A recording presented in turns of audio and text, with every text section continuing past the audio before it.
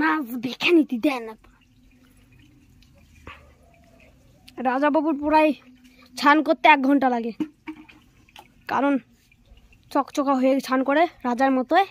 ও রাজার মতো করে ছান করবে না তো কীভাবে ছান করবে? ফকিরদের মতো যারা 1 মিনিটেই ছান করে ফেলে, ও তো 1 ঘন্টা লাগে ছান করতে।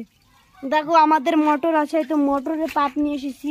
ওই দেখো কত দূর থেকে পাইপ এসেছে, ওই দেখো স্নান করাই দিবি এখন রাজা বাবুকে। ওই তো রাজা বাবুর এই যেগুলো সব ওর জমি। রাজা বাবু তার মানে কি, ও সব সম্পত্তি ওর নামে লিখে দিয়েছে সবাই। কয়েছে রাজাকেই আমরা দিয়ে দেব,